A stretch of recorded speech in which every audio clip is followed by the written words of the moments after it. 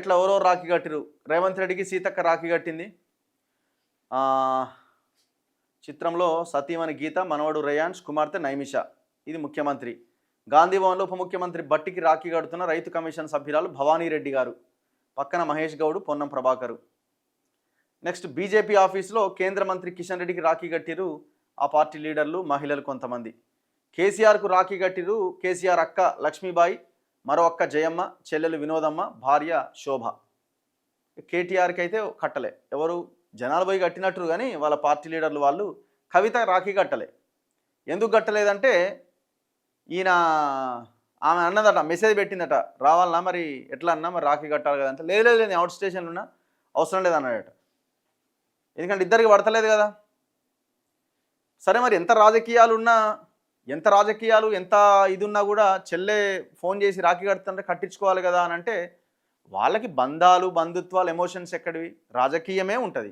ఇప్పుడు ఏమైందంటే ఒకవేళ కనుక కవిత రాఖీ వచ్చి కడితే అందరిది ఆ వార్త హైలైట్ అవుతుంది. నేను అంతా అదే వార్త ఉంటుండే. ఒకవేళ ఇవాళ పేపర్లో మొత్తం ఇద్దరు కలిసిపోయిరనో, చాలా మంచిగా మాట్లాడుకున్నారనో, ఆ వీడియోలో అది ఇది ఏదో వైరల్ అవుతుండే. అది కేటీఆర్కి ఇష్టం లేదు. ఎందుకు? ఆల్రెడీ ఆమెను బయటికి పంపించేసినాము, ఆల్రెడీ ఆమె వెళ్ళిపోయింది. మళ్ళీ తెచ్చి పక్కన పెట్టుకొని మళ్ళీ ఇది చేస్తే మళ్ళీ ఆమె రేపు ఏదో ఒకటి అంటది, మళ్ళీ ఇంకేదో దాంట్లో మాట్లాడుతుంది. సో మళ్ళీ ఇప్పుడు ఆమె వెళ్ళిపోయినామని మళ్ళీ దగ్గరికి తీసుకొచ్చి పెట్టడం ఎందుకు, ఈ పెంట మాకెందుకు అన్నది కేటీఆర్ ఆలోచన. వాళ్ళు అట్లా అనుకుంటున్నారు. కవిత ప్లాన్లో కవిత ఉన్నది, పోయి మాట్లాడి చేస్తే చూసినవా చెల్లైనా కూడా అన్నని గుర్తుపెట్టుకొని రాఖీ కట్టిందని ఆమె సానుభూతి కోసం ఆమె ప్రయత్నం. ఎవరి లెక్కలు వాళ్ళవే. అల్టిమేట్గా ఇది పొలిటికల్ కెరియర్ కోసమే వీళ్ళ ఆలోచనలు.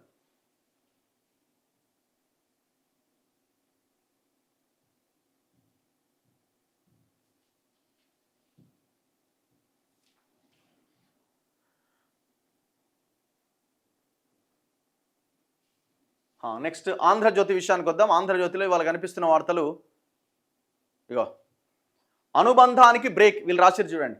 ఈసారి కేటీఆర్కు రాఖీ కట్టని కవిత. అన్నా రాఖీ కట్టేందుకు ఇంటికి రానా? ఒకరోజు ముందే కేటీఆర్కు కవిత మెసేజ్ పెట్టిందట.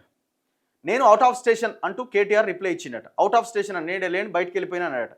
ఎర్రవల్లి ఫామ్ హౌస్లో కేసీఆర్కు రాఖీలు కట్టిన ఆయన సోదరీమణులు. చూడు ఎట్లుందో కథ.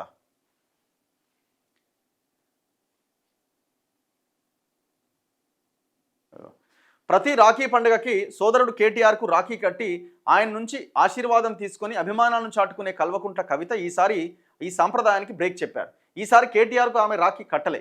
కేటీఆర్కి ఈ విషయంపై సామాజిక మాధ్యమాల్లో తెగ చర్చ నడుస్తోంది. ఈ అంశంపై కవిత వర్గీయులు మరో విధంగా స్పందించారు.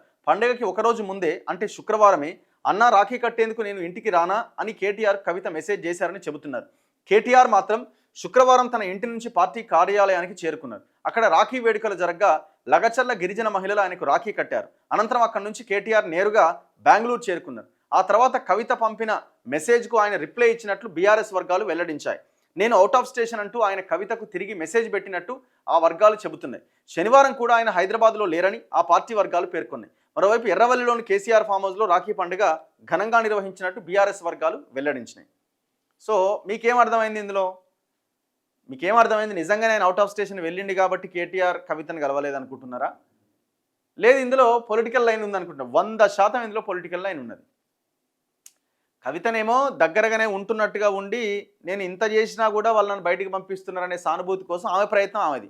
కేటీఆర్ ఏమో వెళ్ళిపోయిందని వెళ్ళిపోయినావు, మళ్ళీ ఈడే వచ్చి మళ్ళీ రచ్చేందుకు, నీ వల్ల ఈ పార్టీకి నష్టమే తప్ప లాభం లేదని కేటీఆర్ అనుకుంటున్నాడు. అట్లా ఆమెను బయటికి పంపించాలనుకుంటున్నాడు. ఒక పవర్ సెంటర్ బయటికి వెళ్ళిపోతే నేను ప్రశాంతంగా ఉండొచ్చు. సరే ఒక 5 నెలలో 6 నెలలో ఆమె ఏదోటి చేయొచ్చు. అసలే ఇప్పుడు ఆమెను సస్పెండ్ చేయాలని మేము అనుకుంటున్నాం. ఈ సందర్భంలో మళ్ళీ దగ్గర తీసుకుంటే ఎట్లా అన్నది కేటీఆర్ ఆలోచన. అంతకుమించి ఏం లేదు ఇక్కడ.